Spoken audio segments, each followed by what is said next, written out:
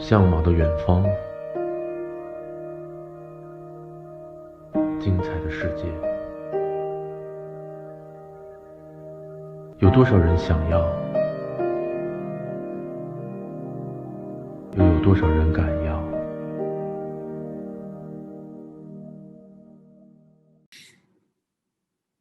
？How's it going, everybody? Thanks for tuning in to the third episode of the SloCal podcast. On this meeting, we'll just be discussing a few of the ideas that we learned while making this podcast and some of the interesting topics that we chose to do a little bit of our own research on. My name is Gabriel. Be handing it off to some of our other group members and some of the faces behind this project. Hello, my name is Zachary Cope, and I am a computer science major at Cuesta College. I'm Hannah Briley. I'm an education major at Cuesta College. I'm Lily Andersen, and I'm a communication studies major.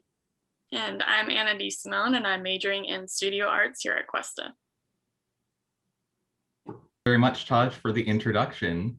And yeah, I found Hello Village's interview very interesting because they mentioned that they didn't see much of a hit in their numbers during COVID. Normally, in a non-pandemic environment, we have people finding new stores by going physically to them, seeing the shop, dropping in, looking around, seeing what's up. But in COVID, we don't really have that benefit. We see what we have on the internet, and Hello Village made their online shop presence very well known. And I think that was able to give them a very nice presence online so that they could hit the ground running once the pandemic got going. I agree. I think the online platform itself in general is big, not just for Hello Village, but also for Blackwater, for Forager Spirits.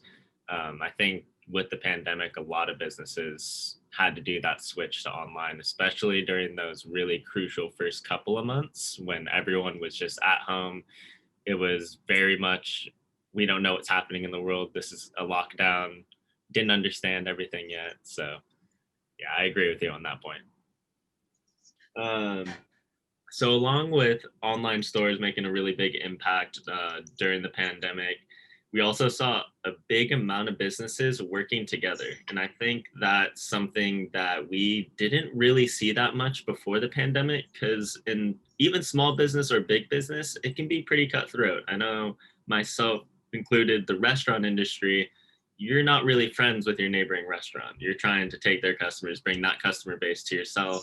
Same thing for a retail store. You know, you can be friendly when you're outside and, you know, we're all in this together, we're all a community, but at the end of the day, you're trying to keep the dollar revolving around your store. So what we saw was not only Hello Village getting together with a lot of other small retail businesses in the village and then creating gift baskets for a lot of holidays like Father's Day, St. Patrick's Day. They're also putting together a big event in South County for the Parks for the Children.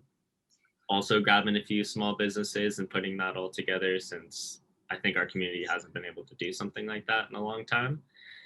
We also saw Forager Spirits doing something very similar. When they got shut down, they weren't able to make any alcohols. So being a distillery, that's pretty much hitting your bottom dollar. And so they decided to take some of the components and make the beginning formulations of hand sanitizer, but then brought it to one of their neighboring apothecary shops where they were able to really just get a organic, house-made, well-made local hand sanitizer that was even noticed across the country. So a couple instances of businesses taking some ideas together, working it all out. I thought that was really interesting in itself. I found that personally that is with all these local stores, it's very hard to keep it local, especially when your businesses are not exactly well known, like a big old franchise like McDonald's and whatnot. But I think the best way for all of us to be local is for us to choose a more unknown restaurant over a well-known restaurant, or just go to a where you've never even heard of it before and spend a couple bucks on something you normally get, but it might be named differently. You could just go to a less known nurse garden store or nursery, and or go to a local mechanic, someone you never heard of before, and go check them out, see what about them are so so unknown, or like unfairly unknown. But how do we exactly support our local businesses without actually spending something if you don't want to get it spent? I agree. Definitely. It's very hard right now because I think that everyone is hurting in a way. I mean, it's definitely, we're all hunkered down at home, but not everyone has that money saved up to be able to go out every night and spend money on the local restaurant and to get a coffee from your local cafe every morning. So we want to also look at how we can support these businesses without opening a potentially empty wallet. And so I think that we can just make sure that we're leaving kind reviews on Yelp. You know, we want to give our businesses a boost and put them out there a little bit more. And also it'll make them feel better and like they're doing everything that they can and they're being rewarded for it. There's also the new age, social media. Most businesses has an Instagram right now.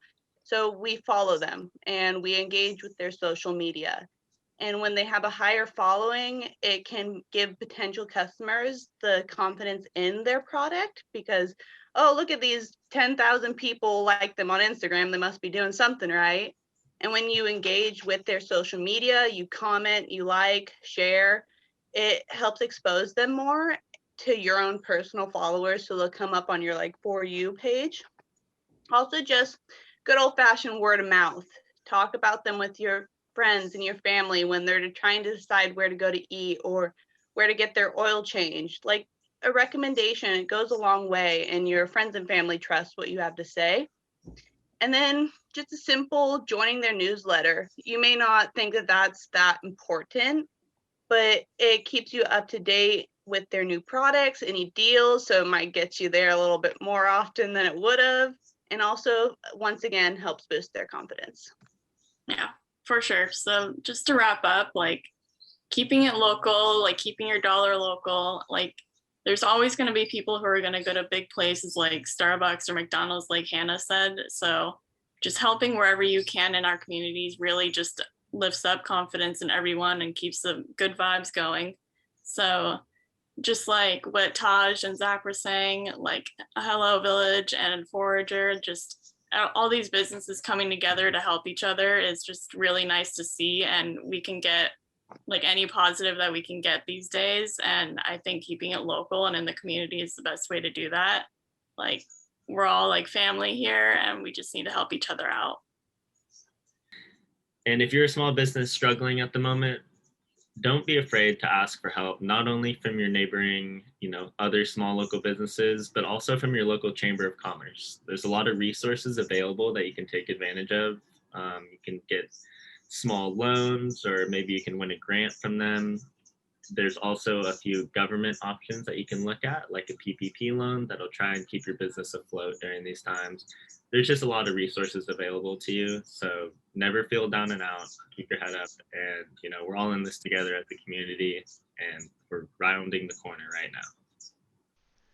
This podcast was created by Zachary Cope, Lily Andersen, Hannah Briley, Anna Disimone, and myself, Taj Gabriel. Drone footage captured by Daniel Lavery, and all images used with the consent of the business owners.